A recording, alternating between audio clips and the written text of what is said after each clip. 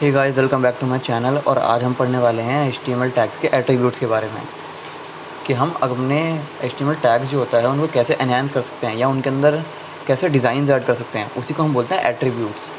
और हम एट्रीब्यूट के साथ साथ उनकी वैल्यूज़ भी पढ़ेंगे कि वैल्यूज़ क्या होती हैं टैग्स के अंदर, या एट्रीब्यूट की वैल्यूज़ क्या होती हैं। चलिए शुरू करते हैं। सबसे पहले हम अपने HTML डॉक्यूमेंट का बेसिक स्ट्रक्चर लिख लेते हैं, जो कि होता है हमारा HTML डॉक्यूमेंट HTML टैग से शुरू होता है और फिर हम इसका क्लोजिंग टैग लिख लेते हैं। फिर हम बॉडी पे काम करते हैं, सारा का सारा हमारा मेन काम जो होता है वो बॉडी के अंदर होता है, तो हम बॉडी लिख लेते हैं।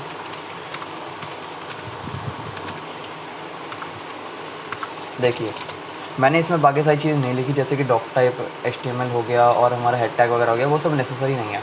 तो सबसे पहले हम अपने इस फाइल को सेव कर लेते हैं।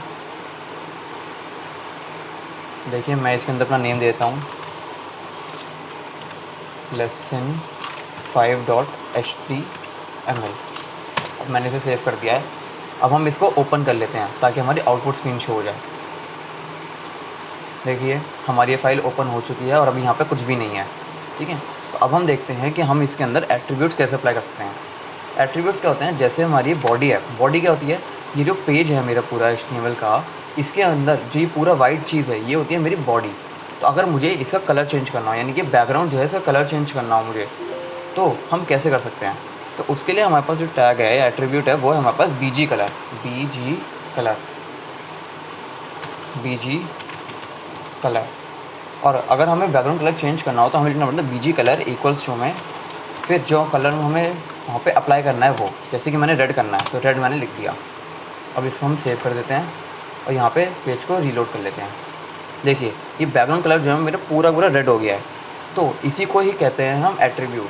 ये जो हमारा BG कलर है ये मेरा एट्रीब्यूट है, और ये जो रेड है ये इसकी वैल्यू है। इसे कहते हैं एट्रीब्यूट्स और उसकी वैल्यूज़। तो आपने देखा हमारी जो बॉडी थी वो एक टैग था, हमारे पास एक बॉडी टैग था, हमने एट्रीब्यूट्स को अप्लाई करके उसको और एनहांस कर दिया या उसमें डिज़ाइन ऐड कर दिया। डिज़ाइन कैसे ऐड करा हमने, उसमें कलर ऐड करके, जैसे कि हमने बैकग्राउंड कलर को चेंज कर दिया। अब हमें बैकग्राउंड कलर है वो हम खाली नेम भी लिख सकते हैं, और हम चाहें तो अपना हैश कोड लिख सकते हैं। जैसे कि अगर मैं हैश कोड लिखूँ तो हैश, अगर आपको हैश कोड याद है तो आप हैश कोड भी यूज़ कर सकते हैं। जैसे मैंने ये करा, मैंने इसको सेव कर दिया और मैं पेज यहाँ पे रीलोड कर देता हूँ, तो ये वाला हैश कोड होता है येलो कलर के लिए। मैंने यहाँ पे येलो कलर के लिए हैश कोड यूज़ कर दिया तो भी मेरा कलर चेंज हो गया। पर अगर मैं यहाँ पे चाहूँ कि मैं खाली कलर का नेम दूँ, जैसे मुझे येलो ही करना है, तो मैंने यहाँ पे दे दिया येलो, फिर मैंने कर दिया इसको सेव। यहाँ पर करता हूँ पेज को रीलोड। देखिए, कोई फ़र्क नहीं पड़ेगा, येलो का येलो ही है कलर, क्योंकि मैंने पहले दिया था हैश कोड और फिर दिए नॉर्मल अपना नेम। तो उससे कोई फ़र्क नहीं पड़ता कि हम क्या दें। जैसे मान लो इसको यहाँ पे येलो ही रहने देते हैं। अब हम देखते हैं, अगर हमें अपने HTML डॉक्यूमेंट के अंदर कोई लाइन ड्रॉ करनी हो, बीच में हॉरिजॉन्टल लाइन ड्रॉ करनी हो, तो हम कैसे कर सकते हैं। तो हॉरिजॉन्टल लाइन के लिए सबसे पहले चलो हम कुछ लिख लेते हैं, यहाँ पे हेडिंग वगैरह लिख लेते हैं। जैसे कि मैंने H1 हेडिंग लिख दी, उसके अंदर दिस इज़ अ हेडिंग। देखो, मैंने हेडिंग लिख दिया है। अब मैं ऐसे एक पैराग्राफ टैग भी यूज़ कर ही लेता हूँ, थोड़े अपने पेज को अच्छा सा दिखाने के लिए।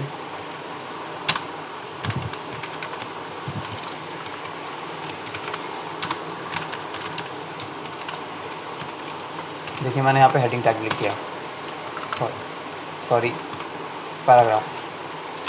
अब मैंने यहाँ पे अपना पैराग्राफ टैग लिख दिया। अब हम देखते हैं हम अपनी लाइन ड्रॉ कैसे कर सकते हैं। तो हॉरिजॉन्टल लाइन ड्रॉ करने के लिए हमारे पास टैग है HR टैग।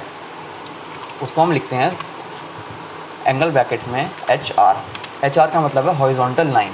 तो ये वाला टैग क्या करता है, हमारे पेज में एक हॉरिजॉन्टल लाइन ड्रॉ करता है। हम देख लेते हैं इसका वर्क कैसे करते हैं। हमने इसे सेव कर दिया है, यहाँ पर रीलोड करते हैं। देखो, सबसे पहले मैंने लिखी थी हेडिंग लिखी हुई थी मैंने, तो हेडिंग ऐसे ही यहाँ पर शो हो गई।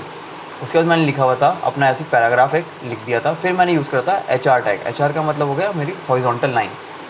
तो आप देख पा रहे होंगे पेज पे मेरे एक लाइन ड्रॉ हो गई है, हॉरिजॉन्टल लाइन ड्रॉ हो गई है। इसी को ही कहते हैं हम HR टैग का यूज़। अब हम देखते हैं HR लाइन का मतलब ये वाली जो हॉरिजॉन्टल लाइन है इसका यूज़ ही क्या है।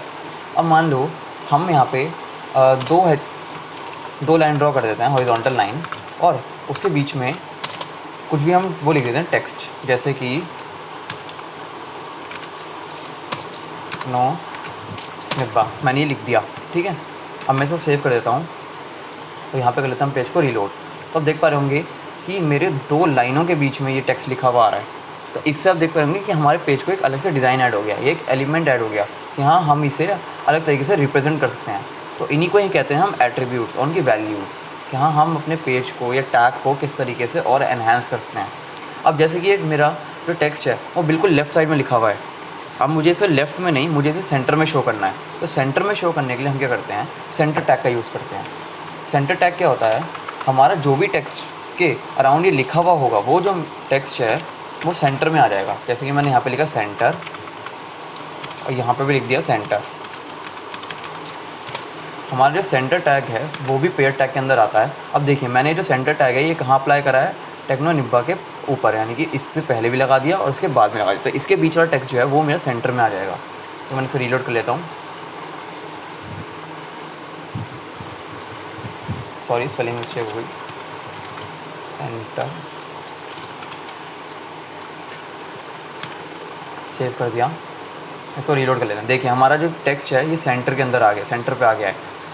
अब हमें देखो कि हम अपने टेक्स्ट को किस तरीके से और इन्हांस कर रहे हैं, यानी कि अपने HTML पेज को और किस तरीके से डिज़ाइन ऐड कर रहे हैं।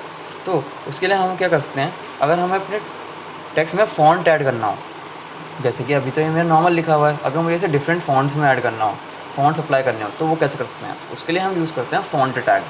तो फ़ॉन्ट टैग कैसे यूज़ होता है मैं आपको दिखा देता हूँ। देखिए मान लीजिए मेरे को फ़ॉन्ट टैग अप्लाई करना है, तो फ़ॉन्ट टैग के लिए मेरे को लिखना पड़ेगा फ़ॉन्ट, FONT फ़ॉन्ट, और इसका क्लोजिंग टैग लिखना पड़ेगा /फ़ॉन्ट। अब इसके बीच में मैं जो भी टेक्स्ट लिखूँगा उस पर मेरा फ़ॉन्ट अप्लाई हो जाएगा। जैसे कि मैंने लिखा, अपना नेम ही लिख दिया, ठीक है। अब मुझे इसके ऊपर फ़ॉन्ट अप्लाई करना है, तो फ़ॉन्ट के लिए क्या करते हैं, जैसे मैंने ऊपर बैकग्राउंड कलर जो था वो लगाया था बॉडी पे, ऐसे मुझे लगाना पड़ेगा फ़ॉन्ट में एट्रीब्यूट्स। वो क्या होता है, जैसे कि मान लो मुझे साइज़ दे रहे हैं सबसे पहले टेक्स्ट का, कि हाँ हम साइज़ कैसे ऐड कर सकते हैं। हमने देखा होगा हम अपने MS वर्ड में भी साइज़ देते थे टेक्स्ट का। तो मैं लिख दूँगा साइज़ इक्वल्स टू में, इसमें लिख दिया 30, ठीक है। उसके बाद मैं स्पेस दे के लिखूँगा मुझे कलर देना है, कलर इक्वल्स टू में दे देते हैं हम। हमें येलो पेज है तो हम रेड कलर दे देंगे तो ज़्यादा अच्छे से उस पर शो हो जाएगा, रेड, ठीक है। उसके बाद हम देते हैं फेस, फेस टैग से हम लिखते हैं कि फ़ॉन्ट क्या है हमारा।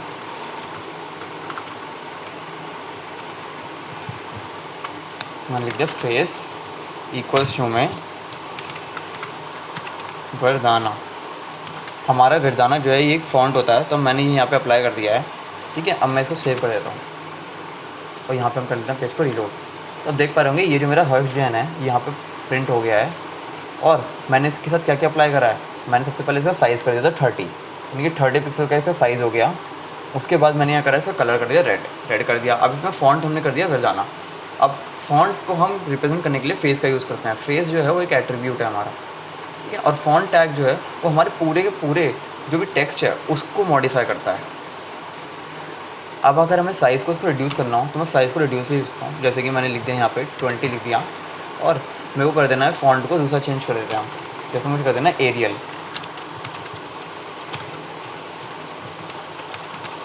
तो जैसे मैंने कर दिया यहाँ पे एरियल, सेव कर दिया। अब देखिए यहाँ पे एरियल हो गया है और इसका साइज़ जो है वो छोटा हो गया है। अब देख पा रहे होंगे कि मैंने जो है साइज़ भी चेंज कर दिया है, कलर भी चेंज करा है, और साथ ही साथ जो हमारा टेक्स्ट है उसका वो भी चेंज कर दिया है, फ़ॉन्ट।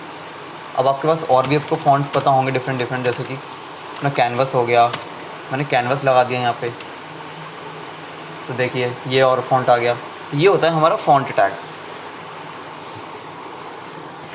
ऐसे ही हमारे पास आते हैं और भी टैग्स आते हैं, जैसे कि होता है एक एंकर टैग आता है।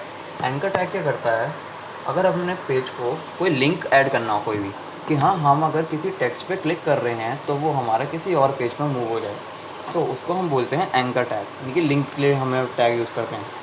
तो उसको हम कैसे करते हैं, वो होता है हमारा ए टैग। ए का मतलब है एंकर। ये भी मेरा पेयर टैग के अंदर आता है। तो इसके बीच में जो भी मेरा टेक्स्ट लिखा हुआ होगा वो अलग से हाईलाइट हो जाएगा और वो क्लिकेबल लिंक बन जाएगा। जैसे कि आपको दिखा देता हूँ। अब ये मेरा टैग था, अब मैं इसकी प्रॉपर्टी अप्लाई करता हूँ। इसकी प्रॉपर्टी है href। href जो है वो प्रॉपर्टी है जो कि क्या करता है, फाइल को लिंक करने के या फिर एड्रेस को लिंक करने के काम आता है। अब मैं इसकी वैल्यू देता हूँ इक्वल्स टू, जैसे मेरी जो डॉक्यूमेंट था, मतलब जहाँ पर ये वाली मेरी फ़ाइल है वहीं पर मेरे पास और कौन कौन सी फाइल्स अवेलेबल हैं। देखिए लेसन 2, लेसन 3 और लेसन 4 की फाइल्स अवेलेबल हैं। चलिए हम लेसन 4 की फाइल यहाँ पे लगा देते हैं। तो लेसन 4.html मैंने यहाँ पे लिख दिया, ठीक है। तो मैंने यहाँ पे अपनी फ़ाइल का नेम ऐड कर दिया और उसके बाद यहाँ पे मैंने लिख देता हूँ इसके बीच में टेक्स्ट जिसको मुझे ऐसे दिखाना है। जैसे मैं लिखता हूँ लेसन 4, इसको कर देते हैं हम सेव। यहाँ पे करते हैं पेज को रीलोड। देख पा रहे होंगे यहाँ पे ये लेसन 4 लिखा हुआ आ गया है और इस पर मैं जब एरो मूव कर रहा हूँ तो मेरा एरो चेंज हो रहा है, यानी कि क्लिक होने लायक बन रहा है। तो ये जो मेरा टेक्स्ट है इस पर अगर मैं क्लिक करूँगा तो मेरा लेसन 4 खुलना चाहिए। तो इसमें मैं क्लिक करता हूँ, देखिए लेसन 4 खुल गया है क्योंकि लाइन ब्रेक वाला था हमारा। तो समझ गए होंगे कि हम ये वाला टैग कैसे यूज़ करते हैं, हम एंकर टैग कैसे यूज़ करते हैं। अब हम इस पर काम करते हैं, नई लाइन में करके देखते हैं। जैसे कि हम यहाँ पे देखा था हमने ब्रेक टैग, जो कि न्यू लाइन के लिए होता है, BR। हमने BR लगा दिया। हम यहाँ पे HTML के बदले लेसन 4 के बदले अगर हम कर देते हैं लेसन 3, क्या हम टेक्स्ट यही रहने दें, हमें कोई फ़र्क नहीं पड़ रहा टेक्स्ट से, क्योंकि टेक्स्ट जो है वो हमारा एज इट इज़ जो है स्क्रीन पे डिस्प्ले हो जाता है। तो लेसन 4 है, मैंने इस पर क्लिक करा, देखिए टाइटल वाला जो हमारा टैग था वो हमारा खुल गया है, टाइटल वाली फ़ाइल खुल गई है। इसमें हमने हेडलाइंस बनाई थी और साथ में पैराग्राफ के बारे में बताया था। देख पा रहे होंगे मैं इस पेज से जंप कर गया, तो इस जंपिंग को ही कहते हैं एंकर टैग, कि हम जब दूसरे पेज पर मूव कर रहे हैं। तो हमें एंकर टैग के लिए जो भी हम फाइल्स ऐड करते हैं वो हमारे रूट फ़ोल्डर में होनी चाहिए। रूट फ़ोल्डर कौन सा होता है, जहाँ पर मेरी ये वाली फ़ाइल अवेलेबल है। जैसे मैं लेसन 5 को रन कर रहा हूँ तो लेसन 5 वाले फ़ोल्डर में जितनी भी फाइल्स हैं मैं उन सबको ही एक्सेस कर पाऊँगा मेनली। रूट फ़ोल्डर हमेशा सेम ही होना चाहिए।